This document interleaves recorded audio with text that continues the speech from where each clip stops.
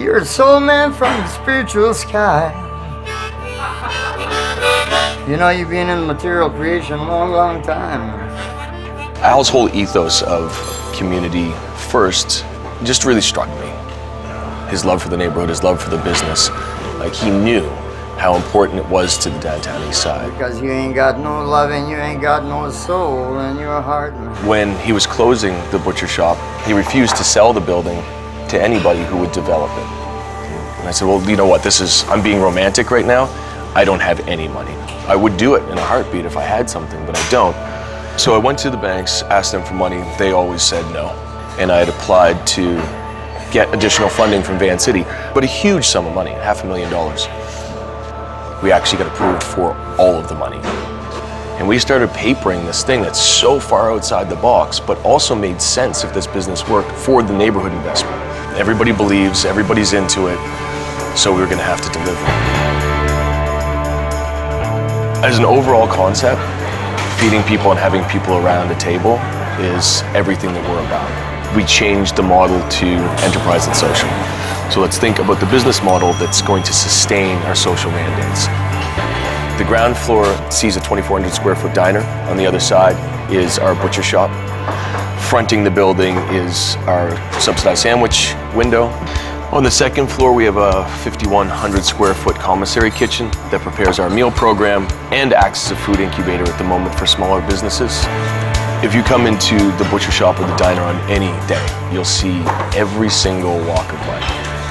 Why people feel comfortable here is, first and foremost, the staff. I would say over 40% of our staff are living assisted.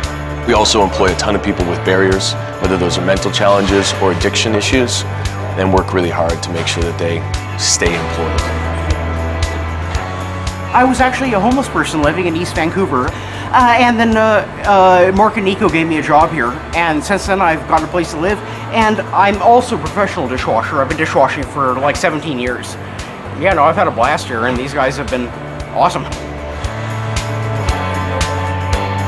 They've become part of the fabric of this new sort of regime here, right? They get told the story.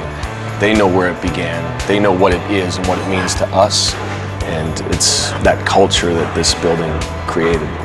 I think there's also something in the walls. On every floor, you feel the same sort of, sound really strange on this one, but love. It feels like a building full of love. This neighborhood needs to just be a collective, but also Vancouver needs to be behind its resurrection. If Vancity hadn't backed this project, we wouldn't be sitting here. They have been with me sort of every step of the way, protecting their investment and protecting their investment.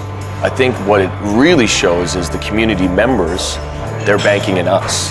So that whole community idea and that money goes round, because that's exactly what it does, right? And it's working. So they have to keep doing it.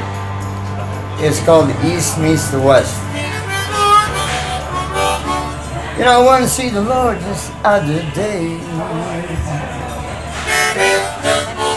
He said, if you don't give a little bit of love and a little bit of heart, if you don't give a little bit of love and a little bit of heart, you ain't gonna get from A, B, C, Y, and Z in this lifetime, man. You ain't gonna feel all right, you know.